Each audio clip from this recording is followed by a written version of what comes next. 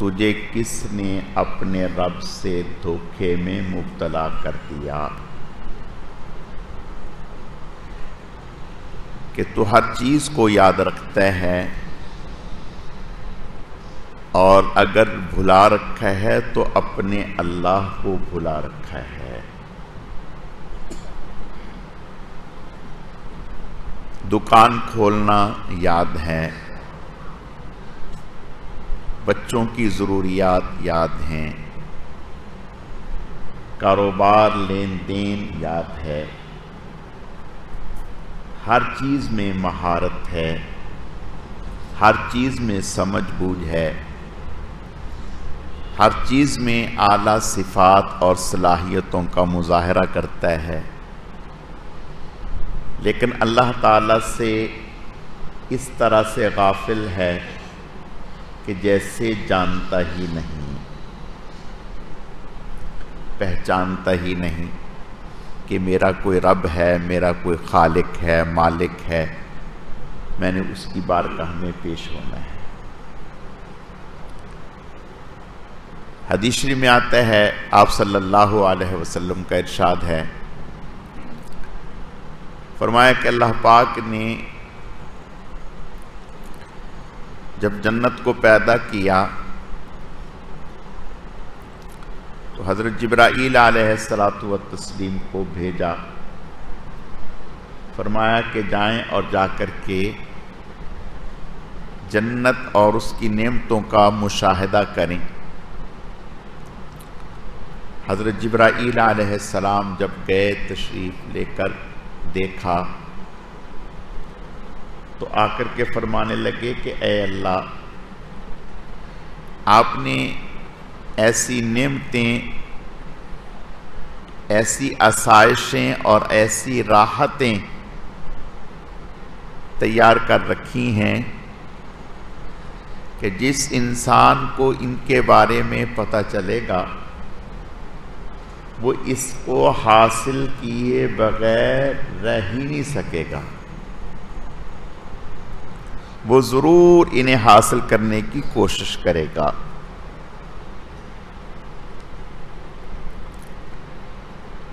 اللہ پاک نے پھر جہنم کو پیدا کیا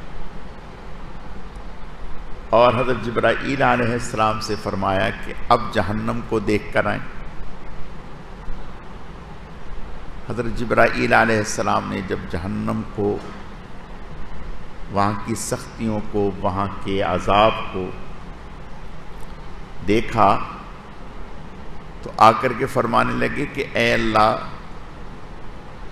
جو کوئی انسان اس کی سختیوں اور تکلیفوں اور مصیبتوں کو سن لے گا، ناممکن ہے، ممکن ہی نہیں ہے کہ وہ اس کی طرف بڑھے، وہ کبھی بھی اس کی طرف نہیں بڑھے گا۔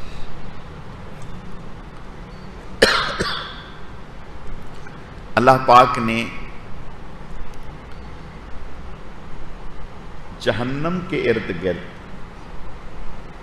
خواہشات رکھ دی، یعنی جہنم کے اوپر خواہشات کا پردہ ڈال دیا اور جنت کے اوپر تکالیف کا پردہ ڈال دیا۔ اب انسان اپنی خواہشات کی تکمیل میں، ان کو پورا کرنے میں ایسا مست ہے کہ اللہ کے احکامات کو پس پش ڈال رکھا ہے اور جہنم کی طرف بڑھ رہا ہے۔ اور جنت، اللہ نے اس کو مصائب کے ساتھ گھیر دیا، نفس کے خلاف چلنا، نفس کی مخالفت کرنا،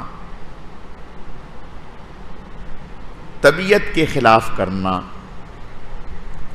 اللہ نے یہ جنت کے لیے رکھ دیا۔ مثلا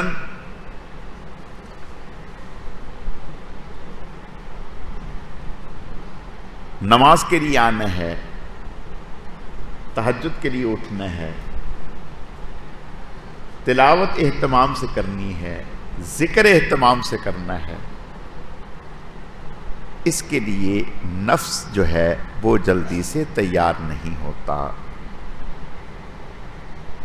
نفس تیار نہیں، اور دیگر چیزیں لغویات اس کے لیے نفس خود کھینچا چلا جاتا ہے، کچھ کرنے کی ضرورت نہیں ہوتی۔ اللہ تعالی ہماری حفاظت فرمائے۔ میرے عزیزو،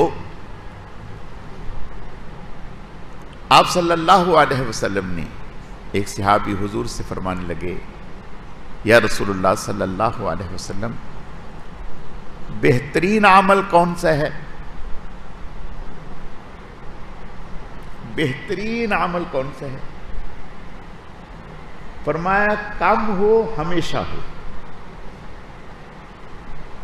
بھلے تھوڑا سا کرے لیکن ہمیشہ کرے، یہ بہترین عمل ہے، جس کو دوسرے لفظوں میں قرآن پاک میں فرمایا ان الذین قالوا ربنا اللہ ثم استقاموا، جب یہ کہہ دیا کہ ہمارا رب اللہ ہے پھر جم گئے، پھر ہٹے نہیں، ہلے نہیں، تو آپ نے ارشاد فرمایا کہ بہترین عمل وہ ہے تھوڑا ہو مقدار میں لیکن ہمیشہ ہو، اس میں ناغہ نہ ہو۔ جو آدمی ہمیشگی کے ساتھ لگا رہتا ہے، اللہ تعالی اپنی رحمت سے اس کو بہت جلد آگے بڑھاتے ہیں۔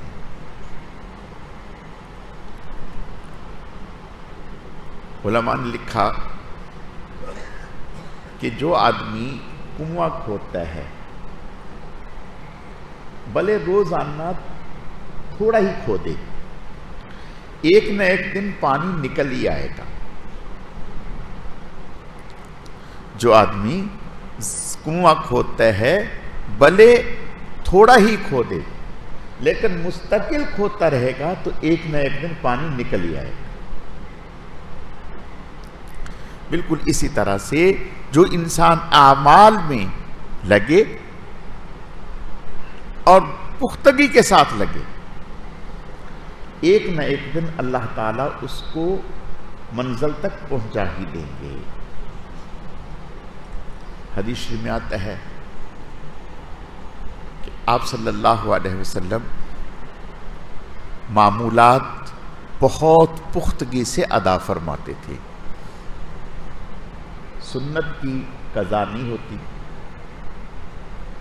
یعنی اگر کسی کی سنت رہ جائیں تو اس پر قضا نہیں ہے، وطروں کی قضا ہے، فرائض کی قضا ہے۔ آپ صلی اللہ علیہ وسلم سے ملنے کے لیے ایک وفد آیا، آپ صلی اللہ علیہ وسلم ان میں ایسے مصروف ہوئے کہ ظہر کے بعد کی 2 رکعتیں سنت رہ گئیں، نہ پڑھ سکے۔ آپ علیہ السلام نے وہ 2 رکعت عصر کے بعد ادا کی۔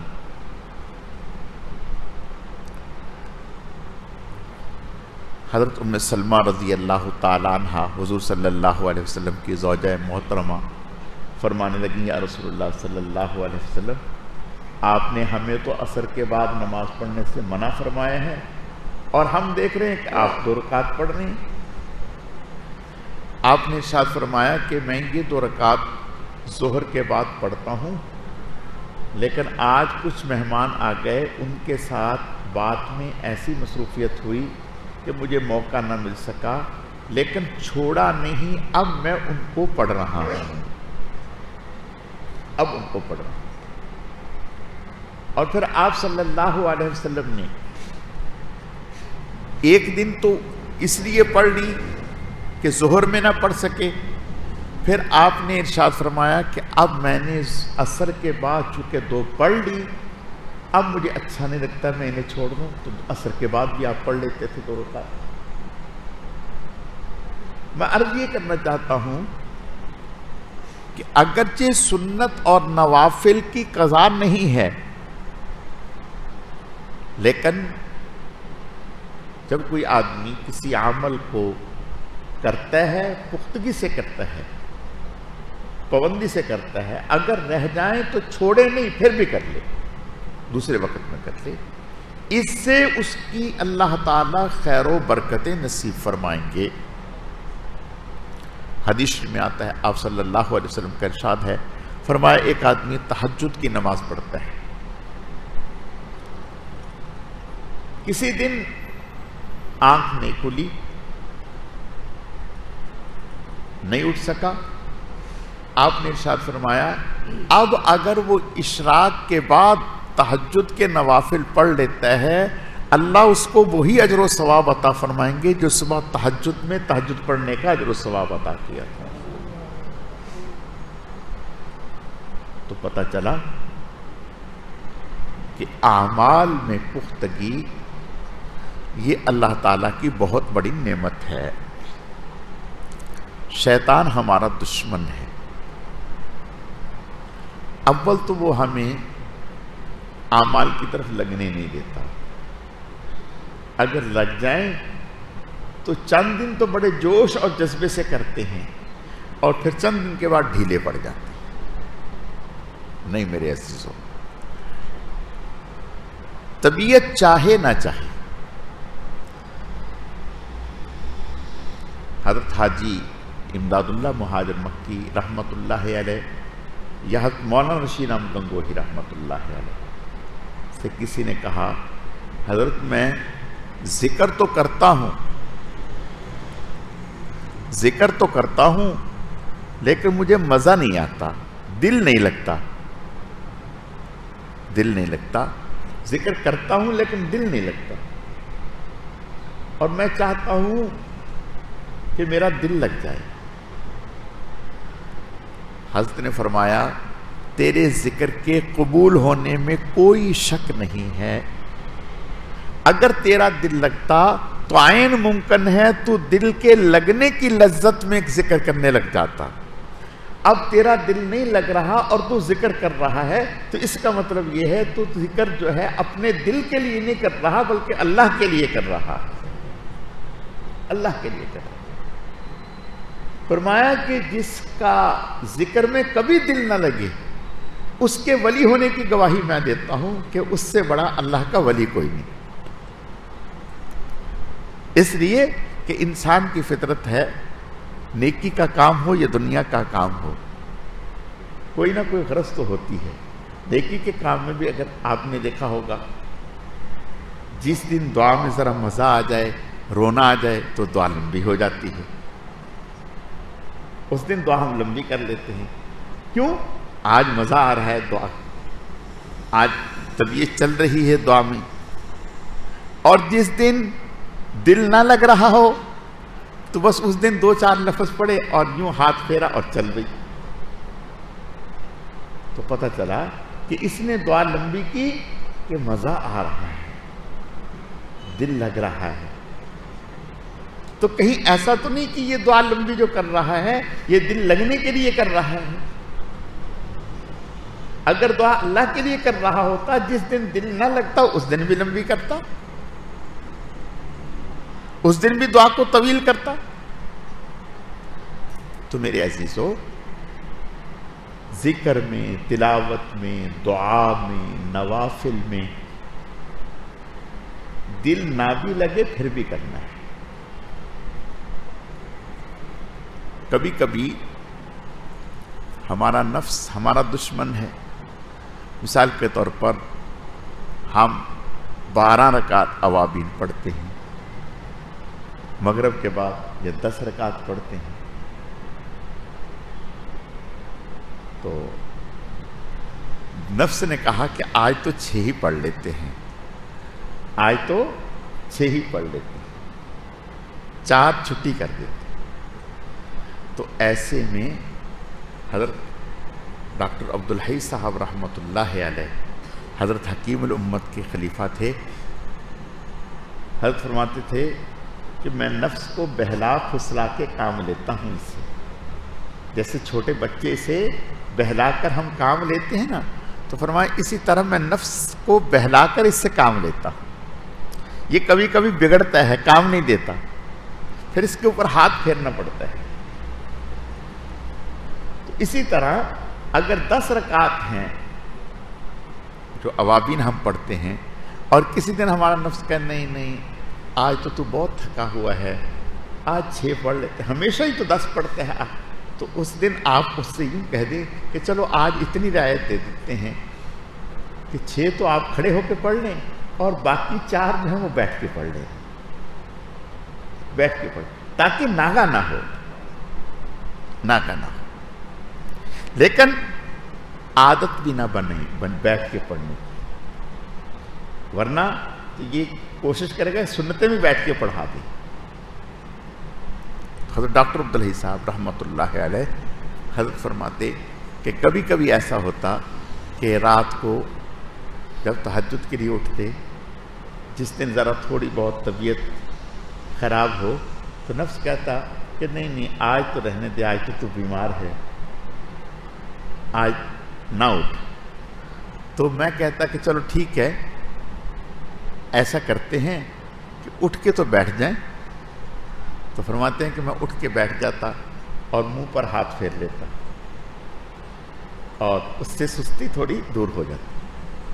تو میں پھر نفس کو کہتا کہ چلو بھائی اب ایسا کر، اٹھ تو گیا، اب وضو کر کے، چلو نفل نہ پڑھنا، وضو کر کے سبحان اللہ کی ایک تسبیح کر لے. کہا جب وضو کیا تو اللہ نے ہمت دے دی، نفل بھی پڑھ لیے. تو میرے عزیزو، عرض کرنے کا مقصد صرف اتنا ہے کہ نفس اتنی جلدی قابو میں نہیں آتا، اس کو قابو میں لانا پڑتا ہے. رمضان میں آپ دیکھیں کہ ماشاءاللہ سے کیسے ماحول ہوتا ہے، لیکن رمضان کے بعد آپ دیکھیں مسجدوں میں ویرانہ ہوتا ہے، سناٹا ہوتا ہے. کیا ہے کہ نفس ہمارا قابو میں نہیں. اور جب اللہ تعالیٰ اپنے کرم سے، اپنی رحمت سے بندے کو روحانی طاقت عطا فرما دیتے ہیں، پھر وہ نفس کے داؤ پیچ کو سمجھنے لگتا ہے، اور پھر اللہ تعالیٰ اس کے اندر اتنی ہمت دے دیتے ہیں کہ وہ نفس کا مقابلہ کرنے لگتا ہے. نہ چت کر سکے نفس کے پہلواں کو تو یوں ہاتھ پاؤں بھی ڈھیلے نہ ڈالے. ارے اس سے کشتی تو ہے عمر بھر کی، کبھی وہ دبا لے کبھی تو دبا لے. نفس کے ساتھ تو زندگی بھر کا مقابلہ ہے. اگر ایک وقت میں اس کا داؤ چلا تو اگلے وقت میں ہم اپنا داؤ چلائیں. اگر اس کے سامنے ہم لیٹ جائیں گے تو وہ ہمیں مار دے گا. اللہ تعالیٰ ہماری حفاظت فرمائے. تو میرے عزیزو، اعمال میں پختگی، استقامت، یہ اللہ کے ہاں بہت اونچا عمل ہے، بہت اونچا عمل ہے. ہمارے بڑے فرماتے ہیں کہ اگر کسی دن بہت ہی زیادہ حالات خراب ہیں، پھر بھی تھوڑی دیر بیٹھ جائیں. حضرت شیخ الحدیث مولانا محمد زکریا رحمۃ اللہ علیہ حضرت فرماتے ہیں کہ شیخ العرب والعجم سید حسین احمد مدنی رحمۃ اللہ علیہ، شاہ عبد القادر ریپوری رحمۃ اللہ علیہ، وہ جب بھی اس طرف گزرتے تو حضرت کے ہاں ضرور تشریف لاتے. حضرت شیخ الحدیث رحمۃ اللہ علیہ کے ہاں حضرت فرماتے کہ کبھی ایسا ہوتا کہ جب یہ حضرات آئے ہوتے تو اس وقت میرا لکھنے کا وقت ہوتا، دینی تصنیف کرنے کا وقت ہوتا. تو فرماتے ہیں کہ میں ان حضرات سے، اپنے بڑوں سے لجاجت سے درخواست کرتا کہ حضرت تھوڑی دیر کے لیے مجھے اجازت مرحمت فرمائیں کہ میں اپنا جو اس وقت کا معمول ہے وہ پورا کر لوں. وہ بڑی خوشی سے اجازت دیتے کہ ہاں بالکل. حضرت فرماتے ہیں کہ جب میں آ کر کے بیٹھتا، اگرچہ میرا دل تو اپنے بڑوں کے ساتھ ہی اٹکا ہوا ہوتا، دل یہی کہہ رہا ہوتا کہ میں بڑوں کے پاس سے نہ ہی لوں، لیکن اپنا معمول پورا کرنے کے لیے میں تھوڑی دیر آتا، آ کر کے 1-1.5 سطر لکھ کر اور فوراً کتاب بند کر واپس آ جاتا۔ ناگانا ہو، ناگانا۔ میرے عزیزو، عرض کرنے کا مقصد صرف اتنا ہے کہ جیسے ہم دنیا کے کاموں کو ترجیح دیتے ہیں اور دنیا کے کاموں کو اہمیت دیتے ہیں، دیکھو ہم اپنے آفس میں ایک حد تک تو چھٹی کر سکتے ہیں، اس سے زیادہ نہیں۔ اگر اس سے زیادہ چھٹی کریں گے تو ہمیں نکال دیا جائے گا۔ آفس میں ایک حد تک تاخیر سے جا سکتے ہیں، ایسا نہیں کہ جب دل چاہا چلا گیا، جب دل چاہا نہ گئے۔ جیسے دنیا کا نظام ایک طریقے سے چلتا ہے اور ایک اصول کے تحت چلتا ہے، بالکل اسی طرح سے اللہ تعالیٰ سے تعلق کا جو نظام ہے وہ بھی اسی اہمیت سے چلائیں گے تو انشاءاللہ اللہ تعالیٰ بہت جلد آگے بڑھا دیں گے۔ اور میرے عزیزو، اگر اس میں یہ ہوا کہ جس دن دل چاہا کر لیا اور جس دن دل چاہا نہ کیا، تو پھر تو من چاہی زندگی ہو گئی، من چاہا عمل ہوا۔ یہ نہیں، دل چاہے یا نہ چاہے اس کو کرنا ہے۔ اس میں اللہ تعالیٰ برکتیں بھی عطا فرماتے ہیں، آگے بھی بڑھاتے ہیں۔ اللہ تعالیٰ سمجھنے کی، عمل کرنے کی توفیق عطا فرمائے۔ الحمدللہ رب العالمین والعاقبۃ